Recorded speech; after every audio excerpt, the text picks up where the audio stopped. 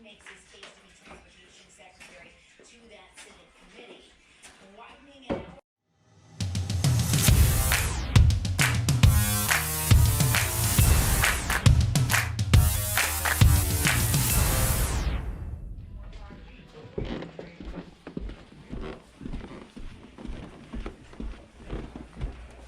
Thanks, man. I just didn't want to disturb you while you were sleeping.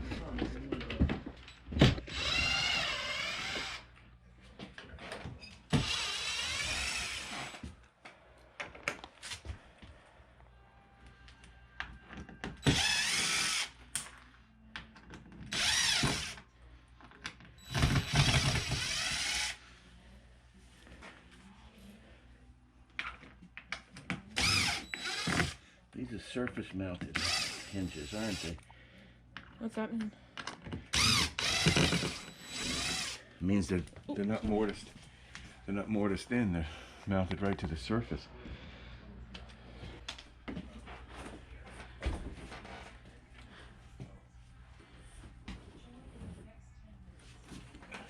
Is that door heavy? You need help? No, I got it. Okay. It's hollow. The bottom half is missing.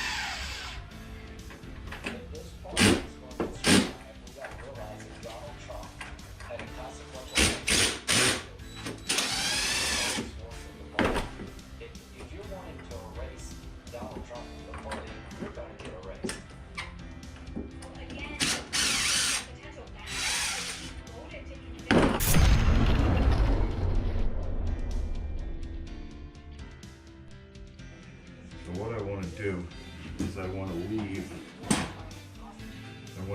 the same dimension between the end of the hinge and the door, like they have here.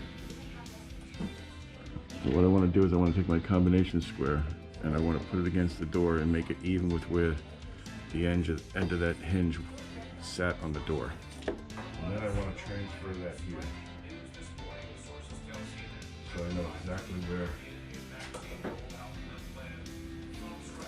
my hinge has to sit. Like that.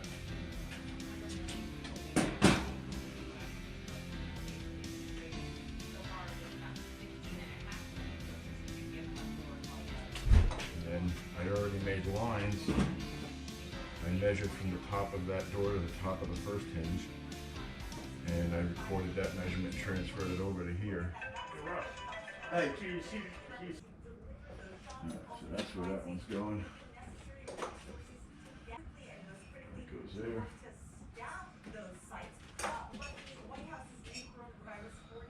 Down to the floor so I can see what we're doing. Got it? Yep.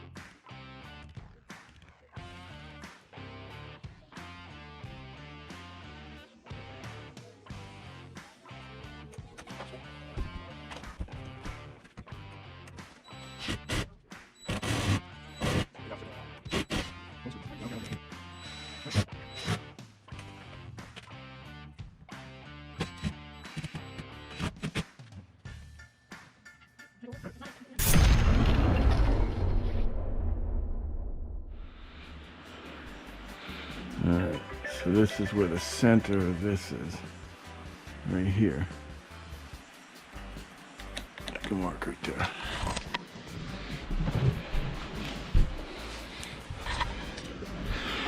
And close the door.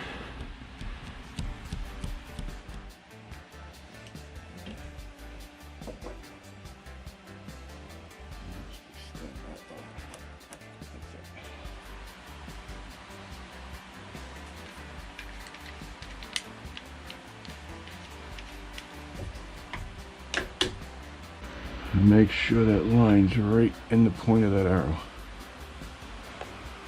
Everything's flush.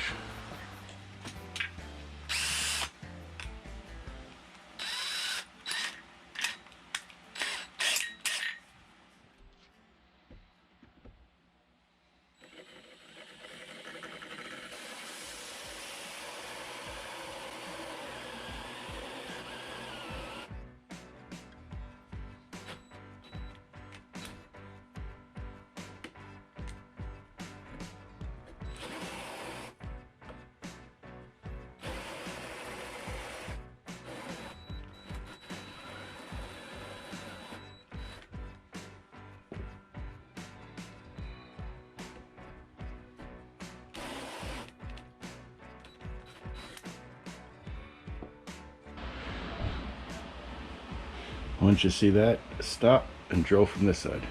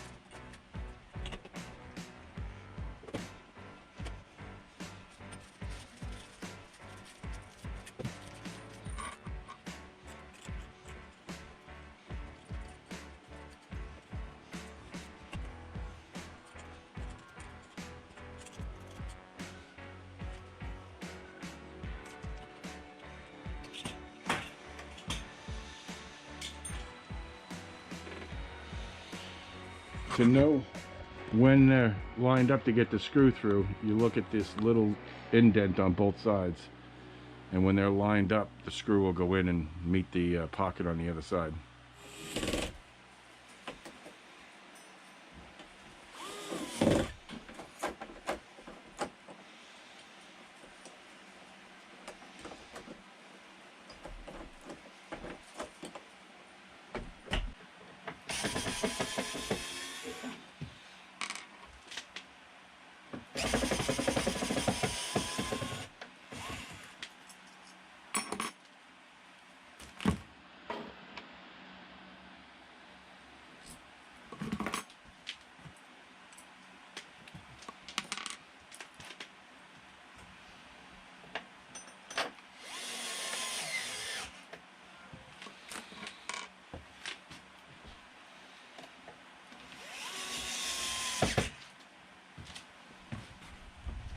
Alright, so this is probably the part that everybody's been waiting for.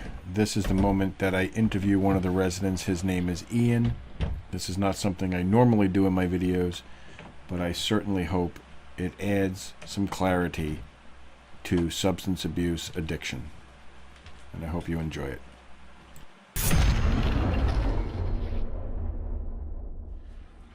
Alright, so this is the last day that we're working in the recovery house in Levittown, and I have with me here one of the residents. His name's Ian, and he wanted to share a little bit of his story and kind of give people that don't know an idea of what it's like to have the addiction, what it's like to go through the program, and where he came from, what his life was like. So go ahead, Ian. You tell the people at home. All right, my name is Ian. I'm an addict. You know, I had a pretty normal childhood. Everything, you know, went well with family for the most part. You know, we did vacation every year and everything else. But something I realized at a young age was there's a lot of mental health issues in my family, and you know, I experienced that first by witnessing my father. And as I got older, towards 10 or 11 years old, I became more increasingly depressed, anxious, stuff like that. There's a lot of bullying in school. So around 12 or 13, 12 was when I had my first drink. 13 was when I had my first drug. And you know, from that point on, my whole life was consumed by drug use. Anything I could use, whatever I could use, whenever I could use, I would do it. For an escape. An escape. Escape, self-medication. It was a salve for all my wounds. And, you know, for me, it's been a long journey. You know, through that period, I lost a lot of friends, lost a lot of relationships. My family had a lot of difficulty with me. And I gravitated towards harder and harder drugs to the point that I got to heroin, meth, crack cocaine. And it was a cycle where, you know, I would stop taking my meds, I would go use, and then I'd end up back in a rehab. But something told me last year, I had this experience, this near-death experience relating to an overdose of a drug that brought me close to my higher power. It gave me some sense of peace when I realized that, you know, I'm not doing this on my own. And I'd always been in and out of the rooms, but, you know, I never took the program to heart.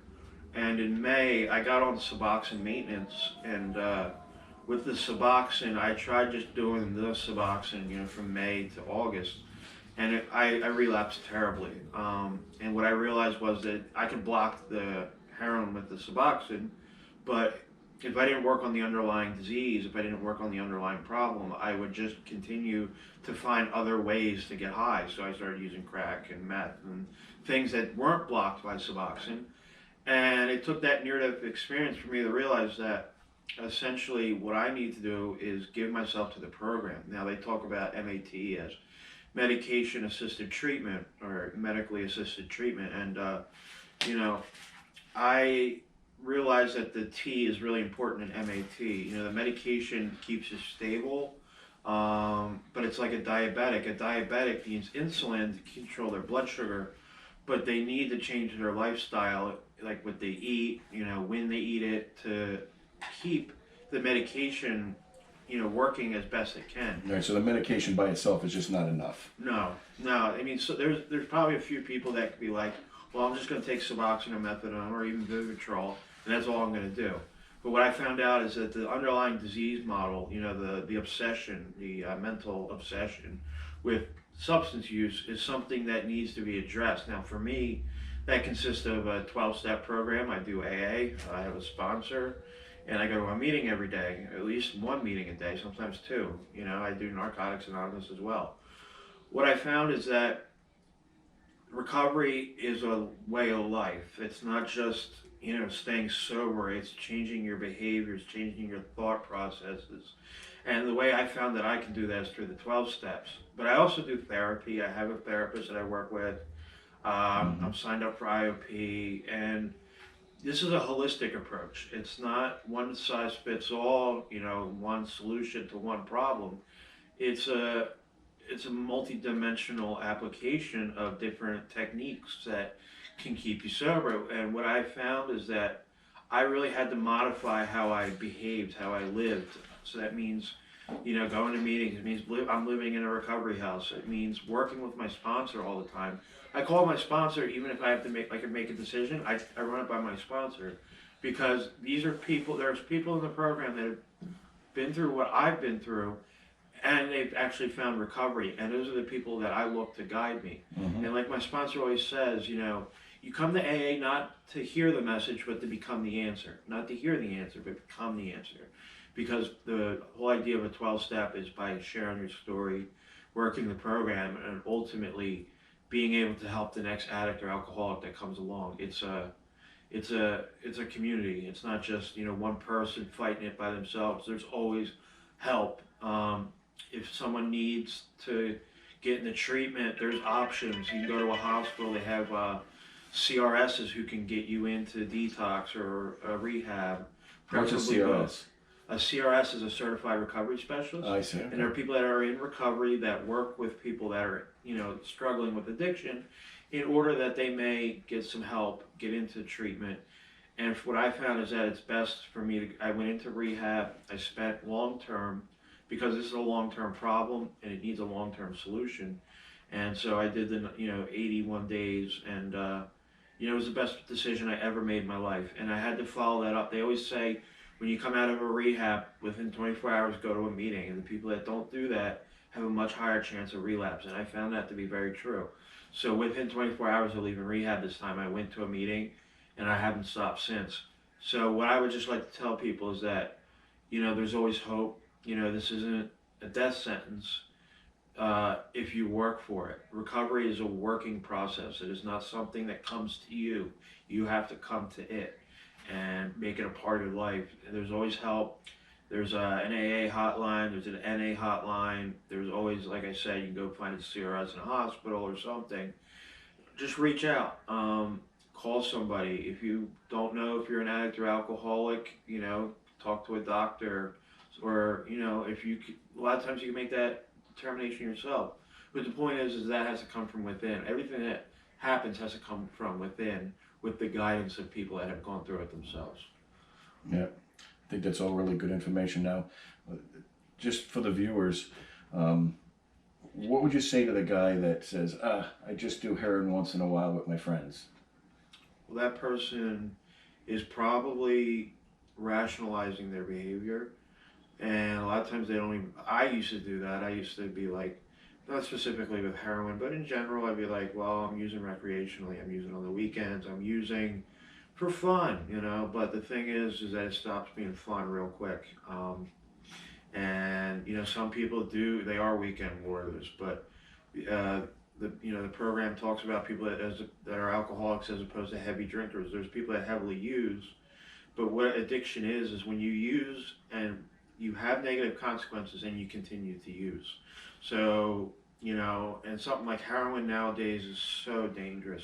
It's not even heroin anymore. It's fentanyl, carfentanil.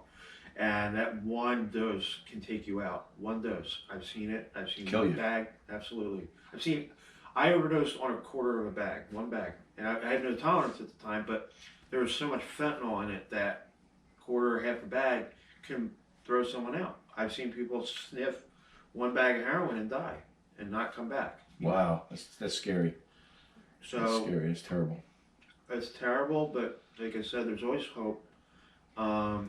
With Suboxone and methadone maintenance in particular, abstinence rates are about 40 to 45%, whereas by yourself with no program, no medication, with heroin, it's a 2% success rate. So this is where I feel like the statistics bear out the fact that MAT is an extremely effective option for people that cannot get clean. I would recommend people try a non-MAT solution first, try the program, try rehab. But if you can't get to the point where you can even get into a meeting, sometimes MAT is a good option. And you don't have to stay on it the rest of your life. There are ways that you can stay on it for a while and then get off of it. It's not necessarily a life sentence, but, it's something where I don't even see it as a life sentence. I see it as a life, journey. It's something that keeps me stable, keeps me sober. Now, you were telling me yesterday about this Suboxone or the methadone. Yes. There might be people out there that's watching this that don't really know what that does and how it affects you. So when you start taking that, how does it make your body feel, and what is the purpose of those drugs? What do they actually do for you? Okay. Specifically with Suboxone and methadone, when you first start them, you start off on a very low dose. With Suboxone, it's usually 2 milligrams. Methadone, I'm not super familiar with methadone, but I believe it's 20 milligrams that you start you off with, 10 to 20. And you work your way up slowly. Any decent Suboxone doctor or methadone clinic will not raise your dose extremely fast. There are exceptions to that when like someone really needs to be stabilized really quickly. But generally speaking, they titrate it up to a point where they do it so slowly that you don't feel high, you don't feel intoxicated. You might feel a little like good, but like it's not something where I'm like, okay, I'm gonna get high on this. It's something that's like, okay, I feel better. Because the idea is when you long-term opioid use disorder, you have a whole neuroadaptation that changes how your brain reacts to things, how it processes pain, how it processes energy. And it's a long-term problem, and it's called post-acute withdrawal syndrome, where people have subacute withdrawal symptoms for a long time. And that can be lack of energy, lethargy, fatigue, depression, and stuff like that. Mm-hmm. And so those meds address the pause part. They also address the cravings. And what's important about them is that they block most commonly used opioids from working at normal doses. So Suboxone is a partial agonist, meaning that it binds to the receptor, halfway turns it on, halfway turns it off. And it's such a high affinity for the receptor that no other opioids can bind to it. So if you take an opioid on top of Suboxone, You don't get high. Right, but if you take Suboxone on top of another opioid, if you're dependent on it, you can go into withdrawal. So, and I was just going to say, Suboxone with the partial agonist, but methadone saturates the receptors so no other opioids can bind to it because there's so much methadone molecules on the receptors. And what it boils down to is that you need something to help that initial recovery process. It keeps you stable and it helps prevent relapse. And if you do relapse, it gets you in the treatment faster because you won't feel the full effects of the opioid. With my recovery, I always found that, I felt like people, would write me off. People would not care about me or not like me because I was an addict, because of the things I did as an addict. But I have found the complete opposite in that the vast majority of people are actively supportive of people in recovery. There are a lot of people that give a shit. Bob here, kindly enough, I was talking about how I wanted to go to school, and I really planned to go back to school and get my degree was, in a STEM field. And Bob, who I don't even know, outside of the fact that he's been working on the house, just gave me a brand new laptop, which just goes to show that people really do care. Complete strangers will care. There's entire segments of the population that will actively try and get you treatment, will actively try and help you through this process. There's always people you can rely on. Sometimes your family will be a little hesitant. My family's hesitant. They have trust issues because I've broken their heart many times. But the thing is that actions speak louder than words. And, getting out there, going to a program, things will start clicking. Once you get past that initial hurdle of getting sober and then you start working a program, a recovery program, all doors start opening. It's just like, I don't know what it is, part of me believes it's my higher power, part of me just believes it's a good nature of humanity, but what it boils down to is that people do care. People always assist you if you need help. And just never be hesitant to ask for help. Never. A closed mouth doesn't get fed, so to speak. And Yep, good advice. so reach out. And my story is something I don't regret. I don't regret my my past, because my past made me who I am. And I feel like I've come better out of it than I went going in. It doesn't have to be something where you regret who you are or what you've done. Just know that you can make amends. You can make up for the things you've done. Not everybody's going to come back, but most people will. I found the vast majority of people will come back in your life gladly. Not only that, but new people might as well. Oh, absolutely. There's absolutely new connections. I find that, in fact, that I've met more new people in recovery than I've met in the last 10 years of my addiction. And, you know, it's not about making friends, but it is nice to get people to be on your side and support you.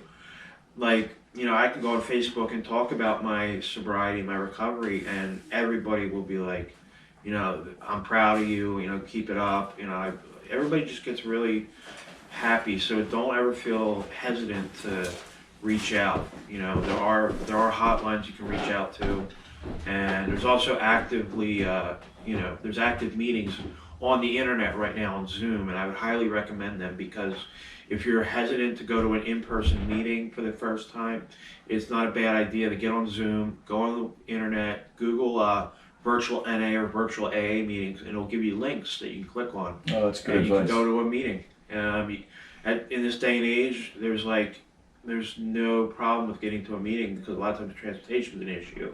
But now with Zoom, it's just like I just got off, you know, a meeting right now, you know, and then I'm gonna go to a meeting tonight. So I would really recommend that some people look, you know, out for that. They look out for people that they can trust. Find a confidant, someone you can talk to, and I highly recommend sponsorship. Sponsorship's very important. Sponsorship's very important because it has someone that has gone through what you've gone through and who has gone through the recovery process and is able to walk you through it, you know, give you suggestions and stuff like that. And my life is just so much better. I wake up, you know, happy for each day. Every day is beautiful. You know, even if it's cloudy out, you know, I'm alive. You know, I'm alive, and life is precious.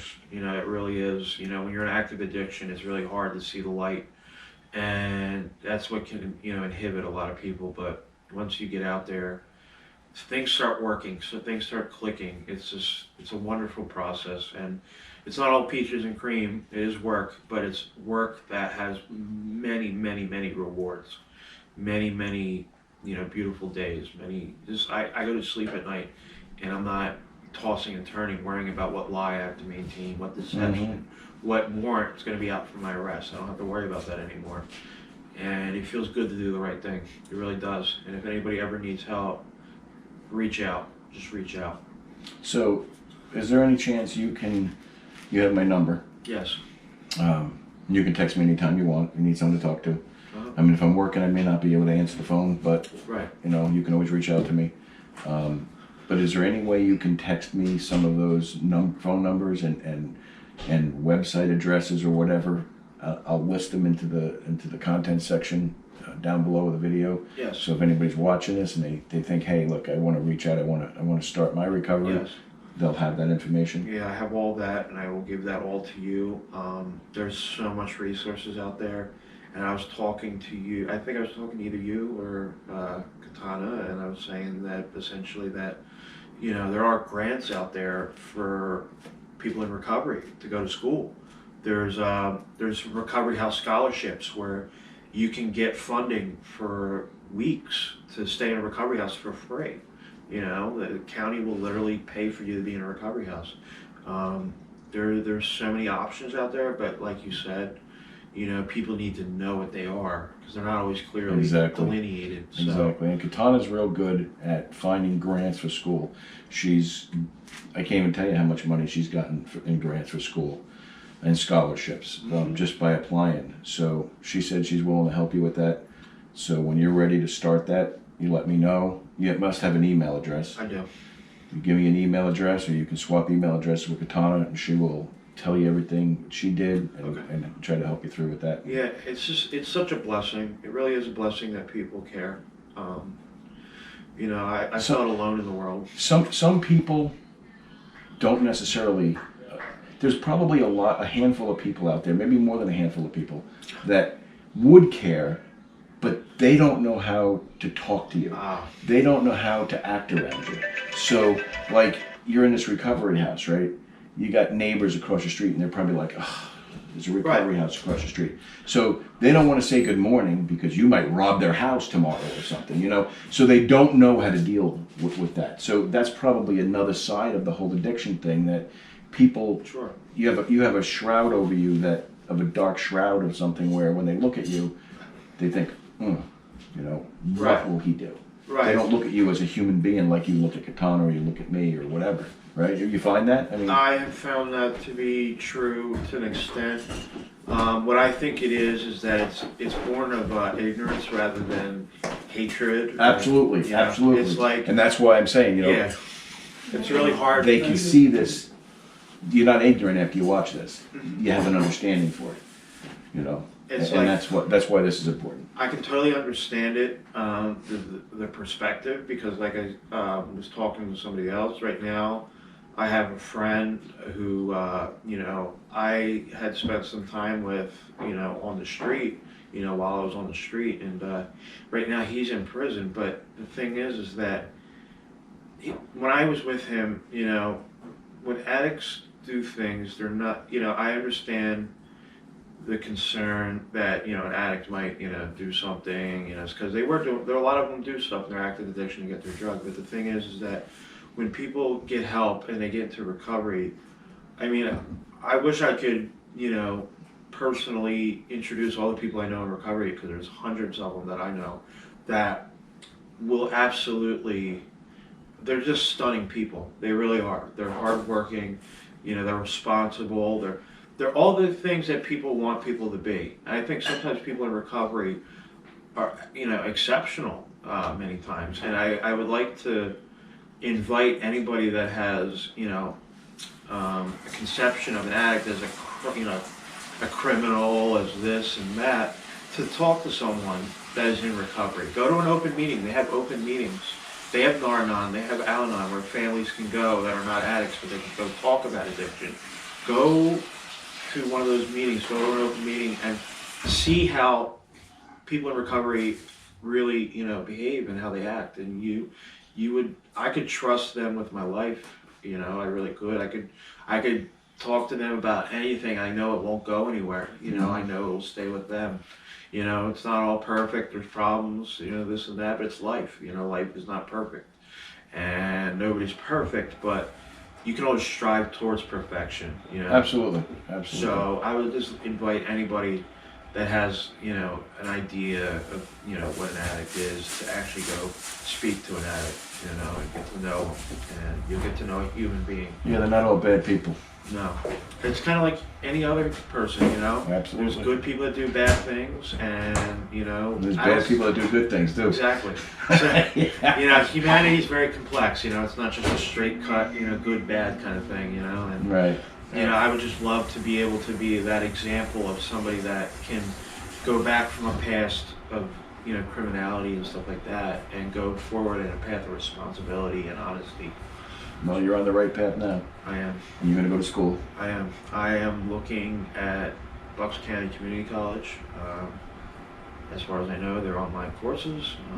Yep. So that is something I'm definitely going to be doing. And like I said, it's especially community college. It's affordable, and they have grants for people in recovery. It's great. I wish you all the luck in the world, man. Thank you, Bob. I really appreciate everything. I really do. Thank you so much. You'll make it.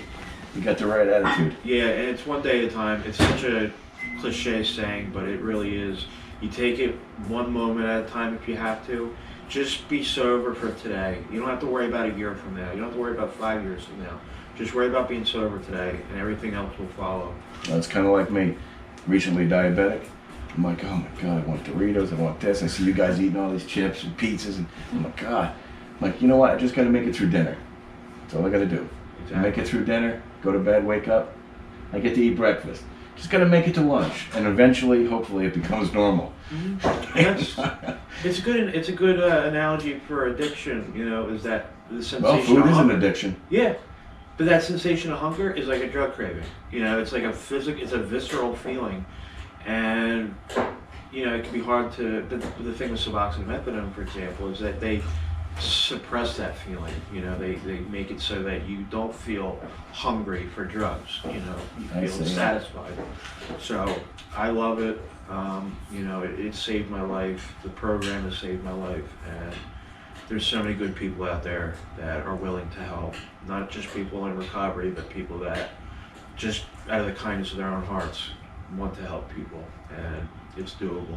It really is. All right, man. Well, I appreciate you this interview. I appreciate you telling everybody at home your story and giving the information and advice that you have. And if anybody out there has an addiction or knows somebody with an addiction, there's going to be a bunch of stuff in the comments down below. Ian's going to share with us. There'll be phone numbers. There'll be links. Take a look at it. Thanks for watching, and we'll see you next time. Thank you, Bob. Thank you, Ian. I appreciate it.